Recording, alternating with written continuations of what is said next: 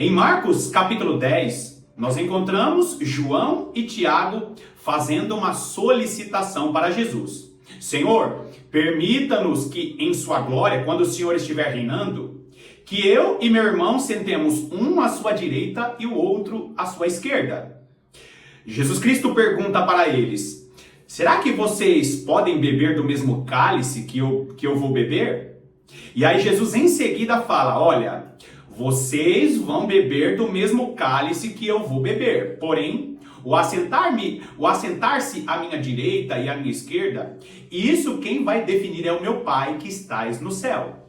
Ou seja, queridos, as posições que nós vamos galgar no reino dos céus, as posições que nós vamos assumir no reino de Cristo, é o Senhor que vai definir. Porém, existe um cálice que a igreja vai beber, porque o nosso Senhor e Salvador Jesus Cristo bebeu um cálice. Vamos entender bem essa situação. Assim como o cabeça, que é Cristo, que é o cabeça da igreja, assim como o cabeça bebeu de um cálice, todo o corpo de Cristo beberá um cálice para produzir um peso de glória muito excelente. As aflições que nós passamos nesse mundo são aflições que contribuem para que a glória de Deus se manifeste em nossa vida. Algumas pessoas vão manifestar mais a glória de Deus, outras pessoas vão manifestar menos a glória de Deus. O fato é que todas as nossas experiências nesse mundo vão contribuir para manifestar a glória de Deus sobre a nossa vida. E eu estou dizendo isso porque o Salmos, capítulo de número 22, é justamente um salmo messiânico que fala a respeito do cálice que o nosso Salvador bebeu na cruz do Calvário. E esse mesmo cálice que o nosso Salvador bebeu é um cálice em que a igreja beberá, porque assim como o cabeça Jesus Cristo bebeu de um cálice, a igreja de Jesus nos últimos dias beberá de um cálice para que esse cálice, para que essas situações produzam um peso de glória muito excelente. Cálice na palavra de Deus significa experiências que o povo de Deus passa para produzir ou para revelar a glória de Deus nesse mundo. Jesus Cristo morreu na cruz do Calvário, bebeu do cálice na cruz do Calvário para produzir a salvação da humanidade. E a igreja dos últimos dias beberá o cálice da perseguição na grande tribulação para produzir o peso da glória da manifestação do último e grande derramar do Espírito do Senhor. Nós estamos meditando em uma série de mensagens falando a respeito das revelações para os últimos dias contidas no Salmo capítulo de número 22. Seja muito bem-vindo a mais essa meditação do canal A Lâmpada para os Meus Pés.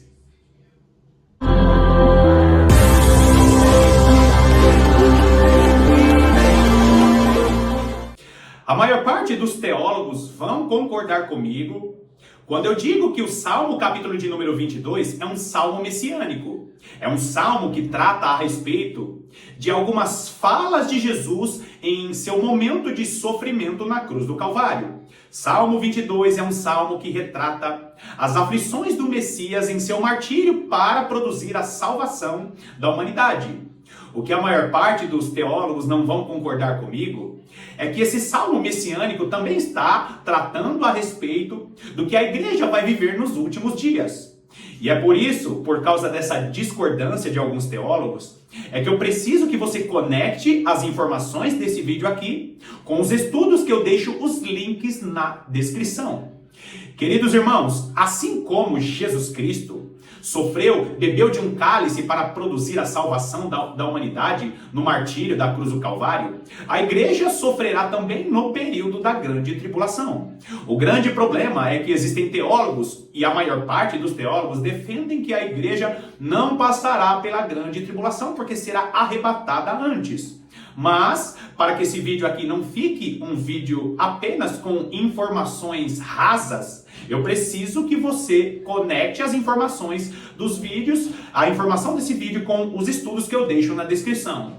Lá eu conecto outros estudos mostrando para você que a igreja estará na grande tribulação. Eu mostro para você que a igreja, as duas testemunhas do Senhor, que estão registradas em Mateus capítulo 24, é a igreja de Cristo que passa pelo período da aflição. Só que se você ficar com a informação desse vídeo apenas, você vai concordar com os teólogos mais famosos que dizem que a igreja não estará na grande tribulação. Então, por favor, não fique com as informações isoladas desse vídeo.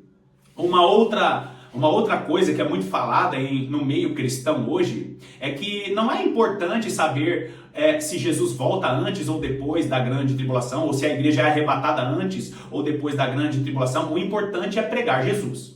Só que quando nós afirmamos isso, nós estamos dizendo que doutrinas importantes, que são doutrinas chamadas de fundamentais pelo autor aos Hebreus, nós estamos dizendo que a doutrina da ressurreição dos mortos, a doutrina do juízo eterno não é importante. O autor aos Hebreus vai dizer que as doutrinas registradas em Hebreus capítulo 6 são doutrinas que todo cristão neófito, todo cristão considerado criança precisa saber. São as pedras fundamentais. Então, ignorar as doutrinas do arrebatamento, da ressurreição, que são doutrinas que são coladas, ignorar essas doutrinas significa que você está ignorando aquilo que é alimento básico. Não ignore ou não relativize a importância de meditar a respeito do final dos tempos.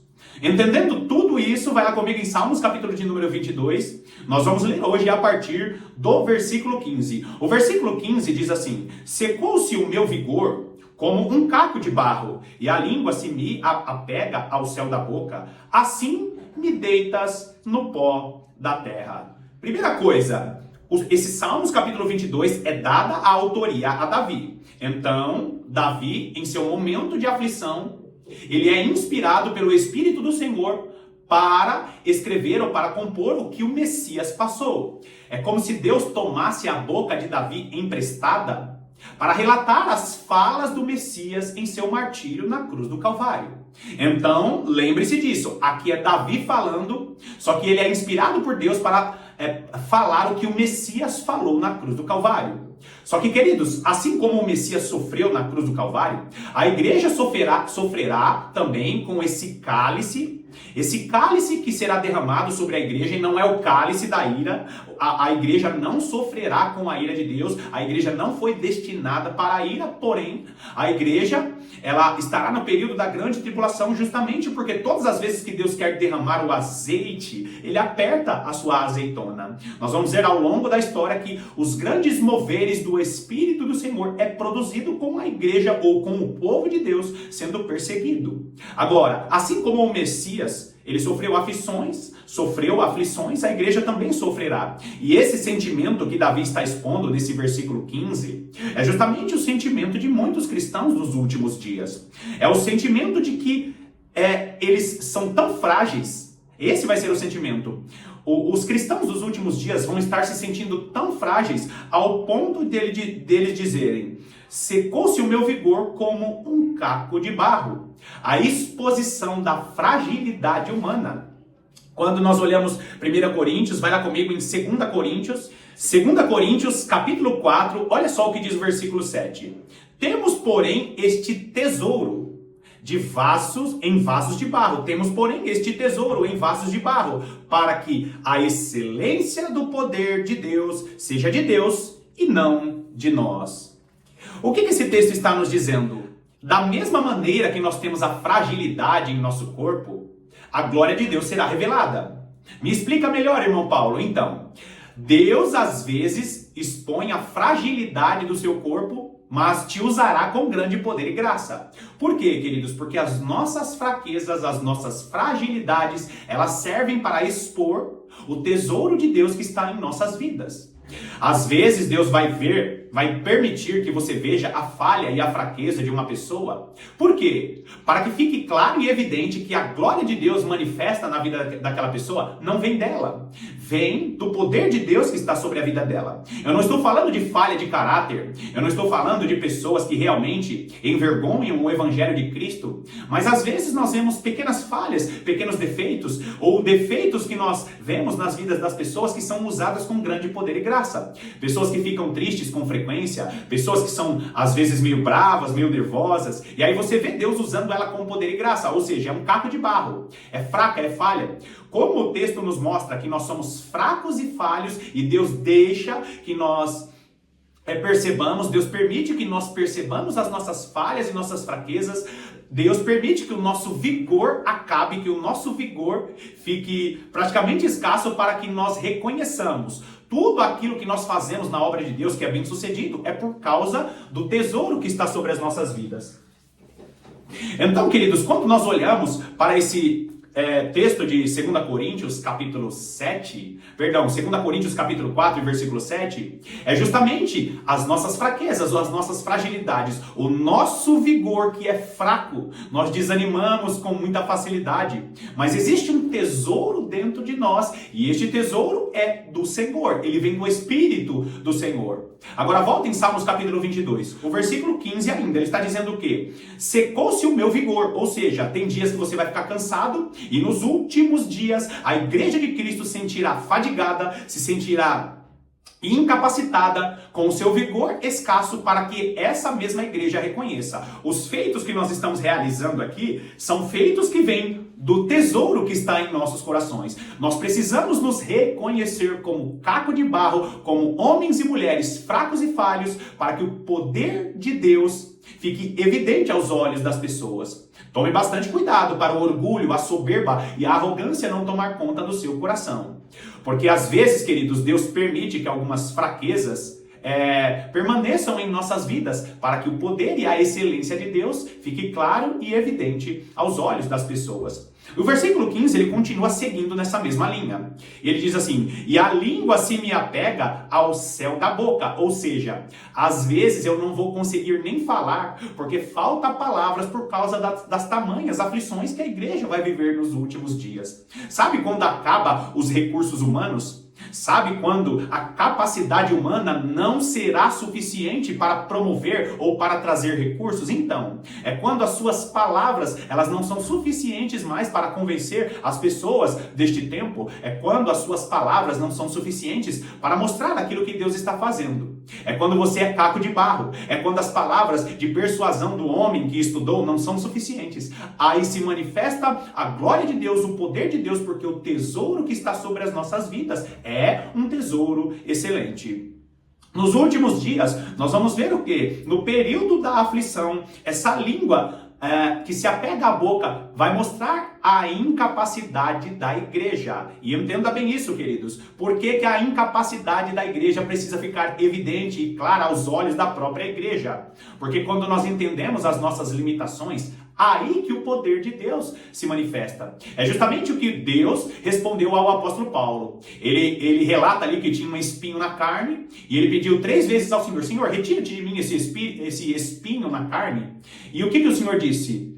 Que a graça de Deus bastava. E a graça de Deus e a minha graça te basta. Por quê? Para que o meu poder se aperfeiçoe na sua fraqueza. E o que é fraqueza ali? São as nossas limitações. E o que é fraqueza ali? É quando nós ficamos cansados, desanimados, com vontade de desistir. Fraqueza é a falha ou a debilidade humana. E essa debilidade humana que valoriza mais o tesouro que está sobre as nossas vidas. E às vezes, queridos, você vai ver um servo do Senhor que é usado tremendamente por Deus, chateado, cansado, se sentindo abandonado, quando na realidade Deus expõe a fraqueza para aquele servo diante dos olhos do próprio servo, para que aquele servo reconheça: eu sou fraco e falho, mas o tesouro que está dentro de mim vem do Senhor. Esse será o sentimento da igreja nos últimos dias. Agora, ele continua dizendo: me deitas no pó da morte. A sensação de que a sua vida vai se esvair diante dos seus olhos ou diante dos seus dedos será muito grande nos últimos dias. Por quê, queridos? Nós vamos ver essa revelação, e eu preciso que você conecte para você não entender que o que eu falo aqui são coisas da minha cabeça ou são mensagens isoladas. Essa fala de Davi, ele está dizendo o quê? Me deitas no pó da morte. É justamente o sentimento que Jesus teve na cruz do Calvário, e é justamente o mesmo sentimento relatado em Apocalipse. O que o texto em Apocalipse vai dizer? Que a igreja vai estar pensando assim: Senhor, nós estamos aqui, nós estamos nos sentindo abandonados. É quando a igreja vai estar vestida de pano de saco, clamando pela graça e pela misericórdia de Deus. É o breve socorro de Apocalipse capítulo 12, é as 2 testemunhas do Senhor vestidas de pano de saco. É justamente a igreja de Cristo clamando clamando e dizendo: Senhor, nós precisamos da sua ajuda porque nós estamos em uma condição de perseguição, como se nós estivéssemos vendo a morte. É uma sensação de morte, mas ao mesmo tempo vendo a graça de Deus se revelando sobre a vida da igreja. Existem muitos cristãos que só buscam a presença do Senhor, ou só tentam entrar no Santo dos Santos quando estão passando por perseguição ou quando se sentem em uma condição de morte. Então, a igreja dos últimos dias, que será ameaçada pela perseguição do mundo, vai pensar: eu estou quase morrendo, eu estou como se eu estou quase me deitando no pó da morte. Ou seja, esse corpo que é frágil, que é fraco, ele vai pensar em desistir, ele vai pensar em se entregar à morte. Mas a igreja que terá o seu Senhor, vai ter o ápice do poder de Deus, essa igreja receberá uma força sobrenatural. Olha o versículo 16. Cães me cercam, uma súcia de malfeitores me rodeia, transpassaram-me as mãos e os pés. Nós vamos ver esse relato em João capítulo 19, falando a respeito do nosso Senhor e Salvador Jesus Cristo. Não esqueça, eu não estou tirando a origem dessa revelação. Esse texto de Salmo capítulo 22 fala do Messias, mas você não pode se esquecer que a igreja dos últimos dias, que receberá a maior revelação, que receberá a maior porção, é uma igreja que sofrerá semelhanças que o seu Senhor sofreu na cruz do Calvário. Obviamente não é para produzir o mesmo peso de glória de Jesus, porque ninguém produzirá o mesmo peso de glória que Jesus produziu, a salvação da humanidade. Porém, nós receberemos uma glória, a igreja dos últimos dias receberá uma glória que o povo de Deus nunca recebeu ao longo da história. Então, nós precisamos ter essa consciência. E essa fala de cães me cercam, de que aqueles que estavam produzindo aquele martírio, aquela perseguição sobre Jesus, nós vamos encontrar os relatos em João capítulo 19. Porém, a igreja passará por semelhanças. O que são cães que me cercam? Cães que cercaram Jesus e cães que cercaram a igreja. Nós vamos ver os cães sendo citados em alguns textos na palavra de Deus, que são como cães literais. Se você olhar cães, que realmente aqueles cães bravos, aqueles cães que são treinados para afrontar um inimigo ou para afrontar uma oposição, são cães literais que ficam cercando aquela presa, que ficam cercando aqueles ao qual eles querem tentar afligir. E a palavra de Deus vai nos mostrar que esses cães também significam desprezo e humilhação. Com muita frequência, os servos do Senhor falam a respeito de uma perseguição e o exército inimigo que cerca aquelas pessoas como se fossem cães. Ou seja, um cão, ele cerca você de uma tal maneira que ele fica te marcando e não te deixa saída. A sensação daquele que está sendo cercado pelo inimigo é a mesma sensação de cães cercando eles. É justamente a sensação de desprezo, de humilhação, também se refere às situações que ocorrerão nos últimos dias. Um outro detalhe que nós encontramos na palavra de Deus é justamente que essa palavra cães, ou esse referir-se a cães, também está falando a respeito daqueles que promovem cultos pagãos. Você sabia que o povo de Deus, principalmente no Antigo Testamento, quando eles iam se referir a cães, eles estavam falando a respeito de pessoas que prestavam cultos pagãos ou que prestavam cultos a outros deuses. Nós vamos ver nos últimos dias a igreja sendo perseguida principalmente através de dois viés. Primeiro, os exércitos do mundo estarão cercando a igreja, rangindo seus dentes, promovendo perseguições como cães que estão cercando a sua presa. E nós vamos ver também as religiões inspiradas por Satanás como cães, promovendo seus cultos, promovendo as suas feitiçarias, tentando perseguir a igreja espiritualmente. É por isso que você precisa meditar na palavra, é por isso que você precisa ter vida de oração e de jejum, porque nos próximos meses e anos que nós vamos entrar, a igreja precisará estar em uma condição espiritual mais próxima ao seu Senhor. Agora, quando nós vemos o final do versículo 16, o que nós estamos vendo aí? Transpassaram-me as mãos e os pés. E nós vemos, queridos, em João capítulo 19, dos versículos 23 ao 33, nós vamos ver ali os relatos. Jesus Cristo sofrendo o martírio na cruz do Calvário, e eu já falei, esse salmo ele é messiânico. Jesus Cristo, ele sofre na cruz do Calvário, e boa parte dessas falas, dos versículos 15 até o versículo 18, nós vamos ver que boa parte dessas falas, elas são replicadas com Jesus em seu martírio.